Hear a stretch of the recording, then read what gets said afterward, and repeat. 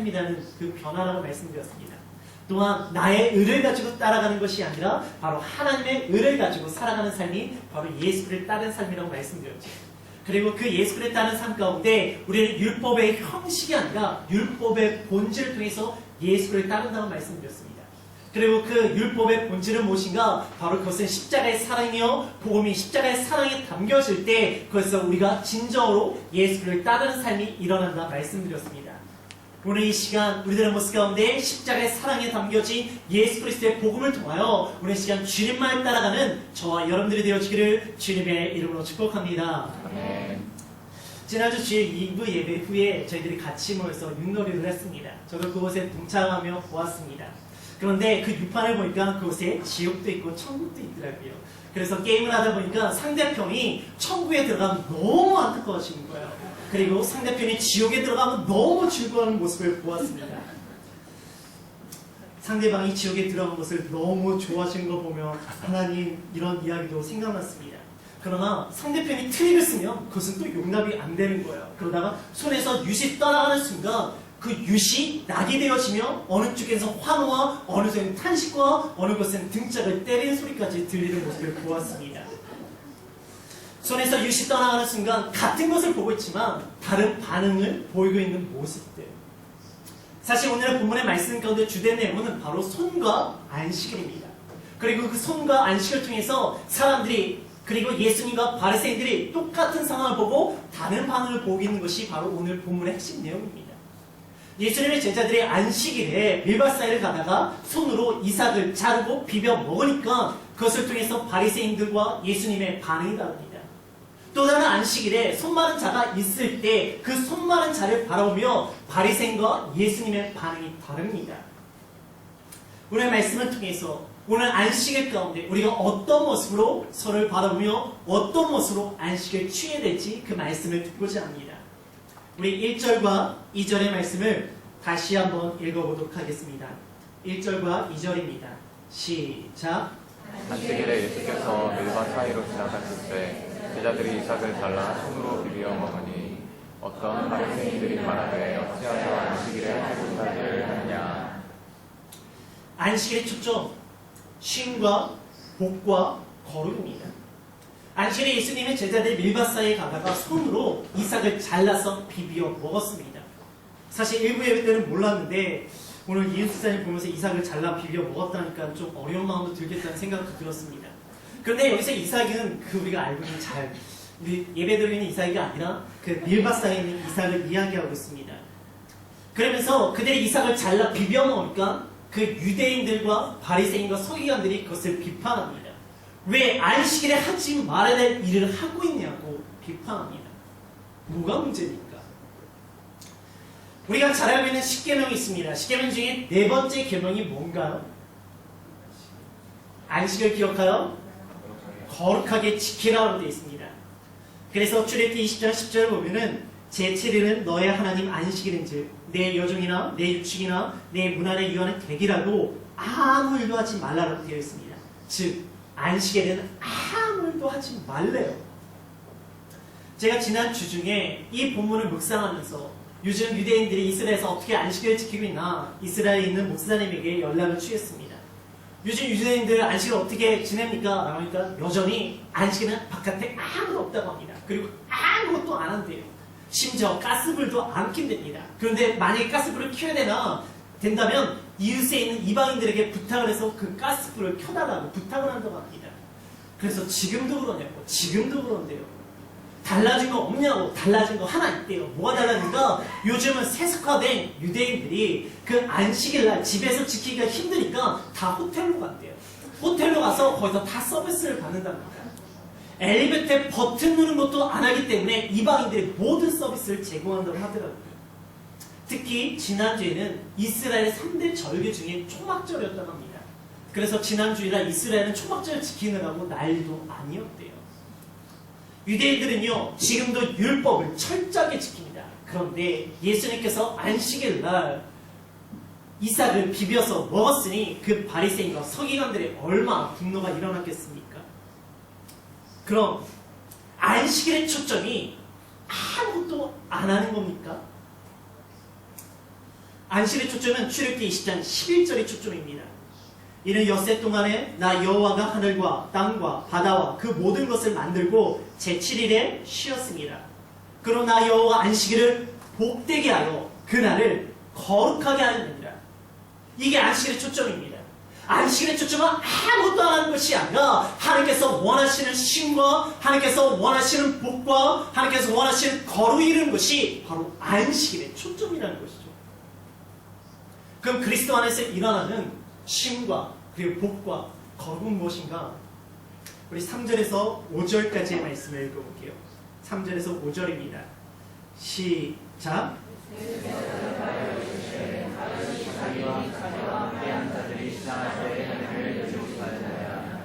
그가 하나님의 전에 들어가서 다만 제사장 외에는 먹어서는 안 되는 진설병을 먹고 함께한 자들에게 이르지 아니하였느냐. 또 이르시되 인자는 안식일의 주인이라 하시더라. 그리스도의 안에서의 안식, 그것은 체험의 쉼입니다. 안식일의 손으로 이삭을 잘라 비벼 먹자 그들이 비판하자 예수님께 그들에게 대답하십니다. 대답하신 내용은 야 다윗 때도 다윗 왕은 제사장만 먹을 수 있는 그 진설병을 먹었다라고 이야기를 하십니다. 이 이야기 3일상 21장으로 올라가야 됩니다. 다윗이 사울에게 쫓기던 시절의 이야기예요. 다윗이 사울에게 쫓기다가 노비란 땅에 들어가게 되어지고요. 그리고 너무나 배고파서 노베 땅에 있는 제사장이 나 너무 배고프니까 뭐 좀 줘 라고 이야기하니까 제사장이 우리에게 먹을 것이 없어. 그런데 진설병이 있어. 이거라도 먹을래? 하면서 그 진설병을 먹는 사건을 이야기하고 계십니다. 그러면 진설병은 뭔가요? 진설병은요, 성막 안에서 그것도 가장 중요한 지성소 안에 떡상이라는 것이 있습니다. 그것에 6개의 두 줄로 만들어서 12개의 무교병을 그것에 올려놓게 되어집니다. 그것은 하나님께 구별되어진 이스라엘의 12지파를 의미하며 하나님께 드려진다는 걸 의미한다는 것이죠. 그리고 레위기 24장 8절에서 9절을 보면은 하나님께서 그 진설병을 매 안식일 때마다 바꾸게 하고 그 묵은 진설병은 제사장과 그리고 아론의 후손들이 거룩한 곳에서 거룩하게 먹게 되는 것이 바로 진설병입니다. 쉽게 말해서 안식일 날 제사장의 가문만이 먹을 수 있는 것이 바로 진설병인데 그것을 누가 안식일 날 다윗과 그의 함께하는 자들이 그것을 먹은 거예요. 하나님의 율법을 어긴 것입니다. 안식일을 어긴 것입니다. 그래서 성경에는 그 안식일을 어긴 그리고 하나님의 율법을 어긴 제사장과 다윗을 심판하고 징계하고 벌하는 본문이 있는가? 없어요. 율법을 어겼는데 그것도 안식일에 제사장만 먹을 수 있는 그것을 그런데 아무것도 없습니다. 근데 또 다른 게 재미난 게 있어요. 역대하 26장을 보면요. 우시야 왕이 여호와께 분향을 드리는 장면이 있습니다. 그러나 이 일은 오직 하나님께 구별된 제사장만 드릴 수 있는 모습이에요. 그런데 그가 그것도 불구하고 우시야가 하나님께 분향을 드리겠다고 향로로 갔다가 그만 그의 이마에 문둥병이 들어서 평생에 홀로 외롭게 죽은 것이 성경에 기록되어 있습니다. 재밌지 않습니까? 다윗은요 제사장만 먹을 수 있는 진설병을 먹었는데 아무 일 없어요. 그런데 우시야는요 제사장만 드릴 수 있는 향로를 드렸다가 분향을 드렸다가 그만 외롭게 죽게 되었습니다. 다윗은 배고파서 제사장만 먹을 수 있는 빵을 먹었는데 아무 일 없고요. 그리고 우시야는 하나님께 예배를 드리겠다가 분향을 드리겠다가 오히려 그것을 통해서 문둥병이 죽게 되었습니다. 배고파서 빵 먹는 건 괜찮고 하나님께 예배 드리는 건 안 됩니까? 다윗은 율법을 어겨도 괜찮고 우시야는 율법을 어기면 징계를 받습니까? 이게 무슨 기준입니까? 뭐 이런 게 어디 있습니까? 근데 그 답은 오늘의 본문의 말씀 가운데 5절에 있습니다. 안식일에 주인 되신 예수를 인정할 수 있습니까? 율법을 우리에게 허락해 주신 하나님을 인정하는가? 우시야는요 되게 좋은 왕이었어요. 근데 이 사건 때문에 무너집니다. 왜 무너졌는가? 역대하 20장 16절 보면은 그가 강성하심에 그 마음이 교만하여 악을 행하여 그 하나님께 범죄하되 곧 여호와의 전에 들어가서 향단에 분향하려 하니라. 그가 징계를 받은 것은요 자기가 교만해져서 제사장을 무시하고 자기의 마음대로 하다가 이 심판과 징계를 받게 되었습니다. 그러나 이와 달리 다윗은 어떻습니까? 만군의 여호와를 의지하여 골리앗을 쓰러뜨린 이후에 사람에게 미움받고 쫓기는 상황이에요. 그가 쫓김을 당한 것은 하나님을 의지했기 때문에, 하나님을 경배하기 때문에 그는 쫓김과 괴로움과 아픔과 언제 자신이 죽을지 모르는 상황 가운데 일어납니다. 얼마나 힘들고 배고팠을까요? 그러니까 하나님께서 그에게 진설병도 먹이게 하시는 거예요. 우리들의 모습 가운데 하나님은요, 교만한 자에게는 율법을 통해서 징계를 하십니다. 그러나 하나님 앞에서 겸손한 자는 율법의 본질을 통해서 그 인생 가운데 채움의 쉼을 주신다는 것이죠. 제가 군대에 있을 때 제 아버님이 목회하시던 교회에서 건축을 하다가 재정사고가 난 적이 있습니다. 그래서 이로 인해서 평소 저희 아버지를 힘들게 하시던 분들이 이것에 대한 책임을 아버지에게 물으면서 되게 힘들게 하던 상황들이 있었어요. 그래서 제 군대에 있던 제게도 들렸고 걱정이 돼서 제가 휴가를 신청하고 집에 왔던 적이 있었습니다. 그래서 아버지에게 물었어요. 아버지 어떠시냐? 그래서 아버지가 하시는 말씀, 그냥 기도하자 라고 이야기하시고 방에 들어가시는 거예요. 그러면 방에서 들리는 소리, 코 고는 소리가 들리십니다.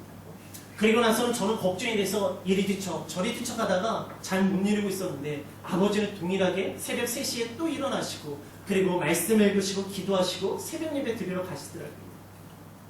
그리고 휴가 후에 들려오는 소리, 그 재정의 문제가 해결됐다는 소식이 들렸습니다.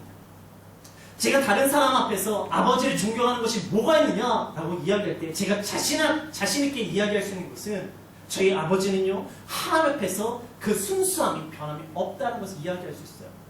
그래서 그 아버지가 큰 목회를 한 건 아니지만 정말 30년 동안 그 교회에서 목회를 하실 수가 있었던 것이 아니었나라고 생각되어집니다. 잠언 3장 21절, 내 아들아 완전한 지혜와 근신을 지키고 이것들이 내 눈앞에서 떠나지 말게 하라. 그러면 24절, 내가 누울 때 두려워하지 아니하겠고 내가 누운즉 내 잠이 달리라. 완전한 지혜가 뭔가요? 그것은 이 땅에 오신 예수 그리스도십니다. 예수 그리스도 안에 있으면 우리 가운데 두려움이 떠나고 우리가 자리에 놓으면 편안하게 잠을 잔다고 되어 있어요. 여기서 달달한 부분을 영어 성경에서는 스위트라고 번역하고 있더라고요. 예수 그리스도 안에 있는 안식이 스위트하대요. 너무 스위트하지 않습니까? 할렐루야. 저는 이걸 볼 때마다 너무 달콤한 거예요. 예수 그리스도 안에서 누웠을 때 편안하게 코 골면서 마음껏 잘 수 있는 거. 그 세상의 근심과 염려를 다 버리고 주님의 평안 가운데 누릴 수 있는 그 달콤함의 쉼. 예수 그리스도의 주인 되심을 고백하는 자에게 그곳에 반드시 그리스도의 안식이 있습니다. 그 안식은 내가 세상의 염려와 근심 가운데 잠을 자지 못하는 자에게도 그 염려와 근심이 떠나고 달콤한 잠을 자게 해주시며, 배고픔과 어려움 가운데 있는 자에게 체험이 일어나며, 또한 물질의 문제로 고난과 고통 가운데 있는 자들에게 체험이 일어나는 쉼을 주신다는 것이죠.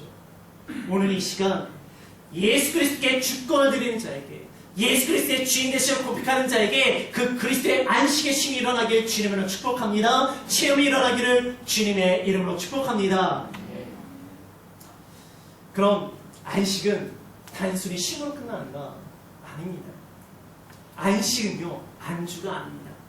그저 내가 쉬고 내가 만족해서 그 자리에 주저앉는 안주가 아니라는 것이죠. 또다시 그 길을 가야 되기 때문에 하나님께서 채워주는 것이 안식입니다. 그 체험은 우리에게 물질적인 것, 육체적인 것뿐만 아니라 영적인 체험이 일어나야 됩니다. 그 영적인 체험이 뭔가 6절에서 7절의 말씀입니다. 6절에서 7절입니다. 시작. 또 다른 안식일에 예수께서 회당에 들어가사 가르치실 때 거기 오른손 마른 사람이 있는지라. 서기관과 바리새인들이 예수를 고발할 증거를 찾으려 하여 안식일의 병을 고친 신하를 보더니. 그리스도의 안식, 가르침의 복입니다. 또 다른 안식일에 예수님께 회당에 들어가십니다. 그리고 회당에 들어간 이유는 가르치기 위해서 들어갔다라고 성경은 기록하고 있어요. 그리고 서기관과 바리새인들은 그 예수님의 모습을 엿보았다라고 기록하고 있습니다. 근데 이 엿보았다는 것을 원어 성경을 보면은 엿보았다, 몰래 숨어서 보았다는 의미보다는 꼼꼼하게, 세세하게 보았다는 의미를 가지고 있는 단어입니다. 그들이 예수님께서 회당에 들어오시자 그들은 꼼꼼하게, 세세하게 예수를 보았습니다. 왜? 하나님의 말씀을 놓치기 싫어서, 하나님의 말씀 때문에 내 삶이 변화돼서 주님의 뜻대로 살기 위해서? 아닙니다. 예수님께서 그 회당에서 안식일에 율법을 어기는가 어기지 아니하는가 그리고 율법 안에서 그가 어떻게 하는가, 문제가 있나 없나, 거스르는 것이 있나 없나를 보기 위해서 꼼꼼하게 세세하게 보고 있었습니다. 제가 작년에 이곳에서 처음 설교하는 날을 기억합니다. 그때 많은 분들이 저를 열심히 보면서 저의 모습을 잘 보았습니다. 그리고 그 가운데서는 오동성 목사 설교가 어떤가 보기 위해서 저를 꼼꼼하게 세심하게 보는 분들도 있었습니다.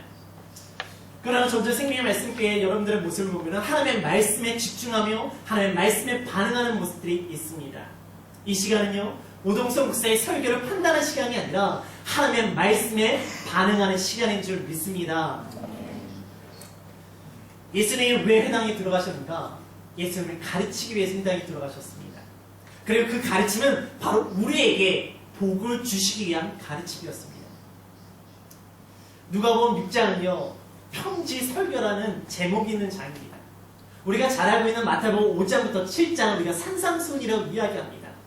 그 5장부터 7장에 있는 산상수훈의 내용이 누가복음 6장의 평지 설교로 추각되어 있습니다.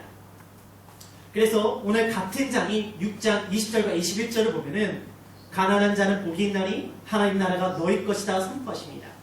줄인 자는 복이 있나니 너희가 배부름을 얻을 것이다 선포하십니다. 마태복음 5장 3절 심령이 가난한 자는 복이 있나니 천국이 저희 것이니요. 6절 의에 줄이고 목마른 자는 복이 있나니 그들이 배부를 것이니요. 심령이 가난함 그리고 영적인 목마른 자들에게 예수님의 가르침은 하나님 나라를 소유하게 하고 그들의 모습 가운데 그 목마름을 채워주시는 하나님의 복을 주신다고 말씀하고 계십니다. 우리들의 모습 가운데 세상 가운데 살아가다가 내가 회당에 와서 내가 예수 그리스도의 가르침을 통해서 복을 누리는 그 복은 뭔가? 바로 하나님 나라를 소유하는 복을 누리게 하신다는 거예요. 나는 영적인 답답한 것 메말라 있는 나의 모습 가운데 영적인 축축하는 은혜를 촉촉한 은혜를 우리에게 주시겠다라고 말씀하고 계십니다. 그래서 제가 큰 사역 중에 하나를 담당하게 됐습니다. 근데 그 일을 담당할 때 도와줄 사람이 없는 거예요. 그리고 일을 진행하는데 잘 안 되는 거예요. 그러니까 결론이 별로 안 보이게 안 좋게 보이는 거예요. 그러니까 제 가슴이 너무 아프더라고요. 이런 아침에 일어날 때 가슴이 이렇게 눌린 적 있으시죠? 매일 아침마다 가슴이 아픈 거예요. 그래서 며칠 밤을 잠을 못 자다가 월요일 쉬는 날 동네에 있던 그 놀이터에 가서 그네에 앉아가지고 이런저런 생각을 하고 있었습니다. 근데 제 머릿속에 되게 부정적인 시나리오가 계속 움직이고 있는 거예요. 이 일이 잘 안 될 것이고 사람들의 평가가 안 좋을 것이고 그리고 내 사역에 실패라는 그런 부정적인 시나리오가 너무 많이 만들어지고 있는 거예요. 그래서 안 되겠다. 교회로 가야겠다. 그래 교회로 갔습니다. 그리고 교육자실로 들어갔어요. 월요일 날이었기 때문에 아무도 없었습니다. 제 자리에 앉았고요. 그리고 그곳에서 찬양을 하고 기도하기 시작했습니다. 그리고 제가 지금까지 했던 설교의 영상들을 보기 시작했습니다. 전 참 신기하게도요. 제 설교 영상을 보면 그렇게 은혜가 있더라고요. 제가 설교를 잘해서 은혜가 있는 게 아니라 지금 내가 너무나 힘들고 연약한 모습으로 나와 있는데 그 화면 속에 있는 저의 모습을 보면은 믿음을 가지고 하나님의 말씀에 담량을 가지고 선포하는 믿음의 사람이 보이는 거예요. 그래서 내가 연약하지만 믿음의 사람으로 하나님의 모습으로 하나님의 말씀을 가지고 선포했던 그 모습으로 내가 선포했던 그 하나님의 말씀을 가지고 나도 일어나자 라고 하면 다시 기도하기 시작합니다. 기도하다가 잠들어 버렸어요. 근데 아마 여기도 그런 경험 하신 분들이 계실 거예요. 기도하다가 잠들었는데 누군가가 나를 꼭 안아주고 있는 느낌을 들었을 때 누군가가 나에게 편안하게 따뜻하게 나를 감싸주고 있다는 느낌이 들었을 때 저도 그 느낌 가운데 깼습니다. 그리고 제 마음속에 들었던 마음은 내가 하는 것이 아니라 하나님께서 하신다는 확신으로 깼습니다. 그리고 나서 그 사역을 잘 마무리했던 경험이 있습니다. 수고하고 무거운 짐진 자들아 다 내게로 와 내가 너희를 쉬게 하리라. 예수님께서는 우리에게 쉼을 주십니다. 그러나 그 쉼은 그 자리에서 주저앉게 하는 안주가 아니라 다음을 가기 위한 안식으로 우리에게 주십니다. 나는 온유하고 겸손하니 나에게 배우라라고 말씀하고 계십니다. 무거운 짐진 자들아 그 모든 것을 내놓고 예수 그리스도의 가르침을 받으라. 이것이 진정한 쉼이라고 말씀하고 계세요.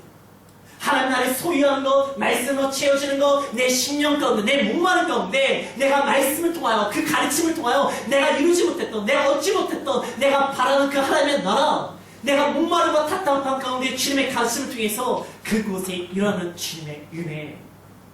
오늘 이 시간 우리들의 모습 가운데 예수 그리스도의 가르침을 통해서 복을 누리는, 하나님 나라를 소유하고 영적인 목마름이 해결되어지는 그 진정한 가르침의 복을 누리기를 주님의 이름으로 축복합니다. 우리 8절에서 10절까지의 말씀을 같이 읽어볼게요. 8절에서 10절입니다. 시작.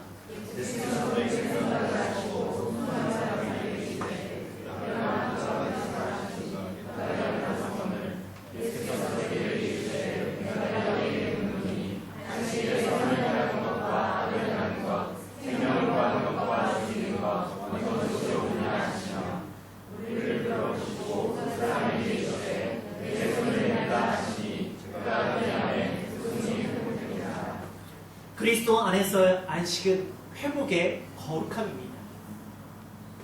예수님께서 바리새인과 서기관들이 자신의 고발할 증거를 찾기 위해서 바라고 있다는 것을 아시고 손 많은 사람을 일어나 가운데로 오게 하십니다.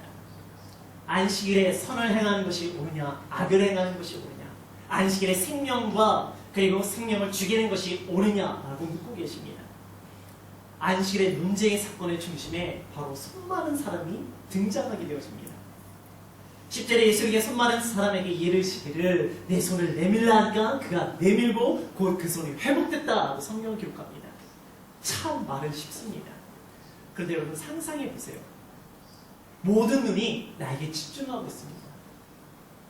자연스럽게 하던 것도요, 집중받으면요 어색하게 못하는 게 사람의 모습입니다. 그런데 그것은 그냥 자연스럽게 있던 일이 아니에요. 안식일에 회당에서 논쟁 가운데 있을 때 내가 그 논쟁의 중심에 서게 됩니다. 모든 사람의 시선을 받고 있습니다. 갑자기 등장한 예수님과 그리고 그 오랜 세월 동안 그 지역의 영적 리더십과 그리고 영향을 가지고 있던 바리새인과 서기관들이 안식일에 회당에서 논쟁을 하고 있는데 내가 그 중간에 있다고 생각해 보세요. 지금까지 안식일은 아무 일도 하지 말아야 된다라고 배웠고 그렇게 살아왔다가 안식일은 그것이 아니라 아무것도 하는 것이 아니라 그것은 신과 복과 거룩을 위해서 우리가 선을 행해야 되고 우리가 생명을 살리는 일을 행해야 된다라고 말씀하신 예수님 사이에 내가 중간에 있어. 모든 사람이 나를 다 바라봅니다. 그러면 여러분들은 그 가운데서 손을 쉽게 내밀 수 있을 것 같습니까? 쉽지 않아요. 손을 내민다는 거 쉽지 않습니다. 지금까지 지켜온 율법의 형식이 있습니다. 삶의 방식을 사람들 앞에서 내가 깨는 결단이 필요한 거예요. 사도행전 10장을 보면은 베드로가 배고픈 가운데 환상을 보게 되는 것이 기록되어 있습니다. 베드로가 기도하다가 배고파하고 있는데 갑자기 환상이 보이는데 하늘에서 보자기가 내려옵니다. 그 보자기에는 각종 짐승과 그리고 새들이 있습니다. 그리고 들려오는 소리, 베드로야 일어나서 그것을 잡아 먹으라 라고 말씀하세요. 그러자 베드로의 반응 10장 14절 주여 그럴 수 없나이다.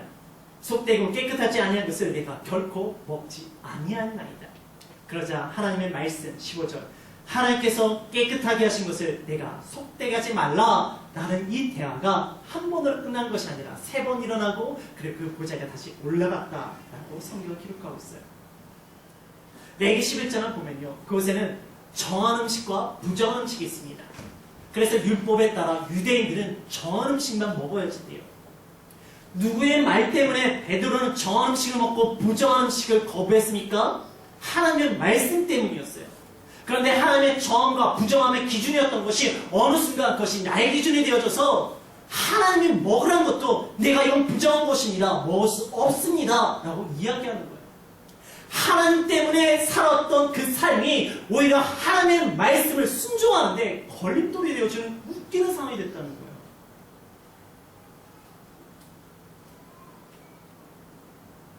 하나님의 말씀을 지켰던 내 삶 때문에 하나님의 말씀을 순종하지 않는 모습, 형식만 남고 본질을 잃어버린 모습입니다. 이게 누구에게 일어났습니까? 베드로에게 일어났어요. 베드로는 예수님과 3년 동안 공생을 하며 예수님에게 배웠던 사람입니다. 제자입니다.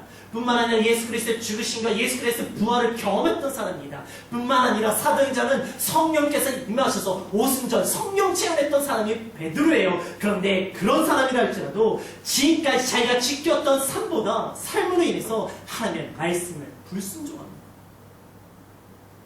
이게 쉽지 않아요. 믿음은 그리스도를 따르는 삶은 그래서 완성이 아니라 되어져 가는 것입니다. 그러나 율법의 근원이신 하나님을 찾는 순간 그 한계를 뛰어넘습니다. 율법의 완성되신 예수를 만나는 순간 그곳에 자유함이 일어납니다.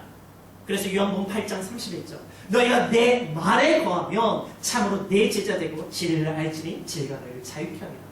예수 그리스도의 진정한 말씀을 알 때 그것이 우리를 얽매인 것이 아니라 우리를 자유케 해주신다라고 말씀하고 계시다고요. 그래서 이방인들을 부정하다고 생각하고 이방인들과 식사도 하지 아니했던 유대인 중에 유대였던 베드로가 이방인의 고넬료의 집에 가게 되어지고 그들과 함께 식사를 하게 되어지고 그것을 통한 이방인들에게도 구원의 역사를 하며 유대인 중에 유대인, 바리새인의 바리새인 사도 바울이 바로 이방인들을 위한 사도로 살아가게 되어지고 왜? 그 율법의 진리가 바로 나를 자유케 하는 거예요. 복음의 진리가 나를 자유케 하는 거예요.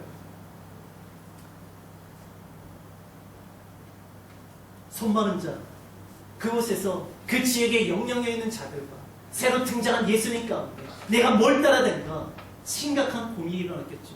그러나 그의 모습 가운데는 안식일의 주인 되신 예수 그리스도를 바라보며 그곳을 향해 손을 내밉니다. 그러자 그곳에 손이 회복되는 기적이 일어납니다. 이 시간 질 되신 예수 그리스도, 안식일의 주인 되신 예수 그리스도, 그분을 통해서 율법의 형식에 매여 있는 것이 아니라 복음의 진리의 자유함이 우리 가운데 일어나길 주님을 축복합니다. 그러하기에 결단하며 예수님께 손을 내밀기에 그 손이 회복되어지고 치유되는 역사가 저와 여러분의 삶 가운데 일어나기를 주님의 이름으로 축복합니다. 헬라어 성경 사전에는요, 손이라는 단어를 비유적으로 the instrument a person used to accomplish their purpose, intention, plan이라고 되어 있습니다. 제 영어 발음 알아들으셨나요? 네. 할렐루야. 이게 무슨 말인가? 손이라는 것이 단순한 손을 의미하는 것이 아니라 그 손을 통해서 성경 속에서는 그들의 인생의 목적과 계획과 의도를 이뤄내는 도구로 사용되어진다는 거예요. 손 마른 자, 그의 손이 말라 있습니다. 자신의 인생과 목적과 계획을 이루기 위한 그것이 말라서 비틀어 보이는 거예요. 왜? 세상을 위해서, 세상의 목적을 위해서, 내가 원하는 것을 위해서 살아가다 보니까 원래 창조의 목적, 원래 하나님께서 그에게 생명을 주신 목적을 잃어버리고 점점 굳어져 버려서 그만 못쓰게 되어진 손이 되어버립니다. 세상을 있는 힘껏 잡았습니다. 사랑을 있는 힘껏 잡았습니다. 물질을 있는 힘껏 잡았습니다. 그랬더니 이것을 너무 붙잡고 오랜 시간 지나다 보니까 하나님 위해서 내어드리려 했더니 이 손이 안 움직여지는 거예요. 안 펴지는 거예요. 예수 그리스도의 손을 잡을 수가 없는 거예요. 그것이 바로 손 마른 자의 모습입니다. 마태복음 5장 30절 내 오른손이 너를 실족하게 하거든 찍어버리라. 내 오른손에 하나님의 목적과 하나님의 창조의 목적대로 되지 않으면 그것을 찍어버리고 다시 시작하는 말씀이에요. 레위기 8장에 제사장의 위임식에서 왜 제사장의 엄지손가락에 그 양의 피와 기름을 바릅니까? 지금까지 세상을 붙잡고 사람을 붙잡고 너가 원하던 것을 예수 그리스도의 볼로 시키고 성령의 기름 부심으로 이제는 하나님을 위해서 그리스도의 영광을 위해서 그것을 사용하기 위해서 그것에 피와 기름을 바르는 것입니다. 다시 창조의 목적대로 하나님 보시기에 아름다운 존재로 살아가기 위해서.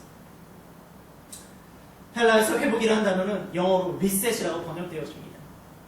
컴퓨터를 사용하시다가 여러분들 컴퓨터가 말을 안 들을 때가 있지 않습니까? 갑자기 화면이 검해지고 녹색이 되어지고 블루 스크린이 뜰 때가 있습니다. 그럼 어떻게 하시나요? 대부분 리셋 버튼을 누르거나 다시 시작 버튼을 누르기를 합니다. 왜? 원래 목적대로 원래 상태로 되돌리기 위한 것이죠. 이것이 회복입니다. 우리의 회복은 뭔가 단순히 내가 원하던 회복이 아니라 진짜 성경에서 말하는 회복은 하나님께서 우리에게 생명 주신 창조의 목적, 생명 주신 그 목적대로 돌이키는 것, 그것이 회복이에요. 제가 싱가포르에 왔을 때, 저랑 군에 있을 때 저랑 같이 방을 썼던 동기가 저에게 카톡으로 저를 찾았습니다. 목사님 잘 계시나요? 갑작스러운 동기의 존대에 제가 좀 당황스러웠습니다. 너 왜 그래? 제가 목사니까 존대한다고. 그러면서 자기 신당으로 가려고 준비하고 있다고. 무슨 인가 했는데 친구가 지금 췌장암으로 암투병을 하고 있더라고요. 하지만 하나님께서 낫게 하실 것을 믿기에 나후에 신대원 가서 하나님을 위해서 내가 힘써 일하고 싶다고 그렇게 친구가 고백했습니다. 그래야 저는 이 친구가 좀 몸이 회복되고 있구나 라고 생각을 하고 기도하면서 지냈습니다. 그리고 지난 주일 예배 후에 추석이기 때문에 지인분들은 연락을 취한다가 이 친구도 생각나서 잘 지내냐고, 항암 치료는 끝났냐고 제가 문자를 보냈습니다.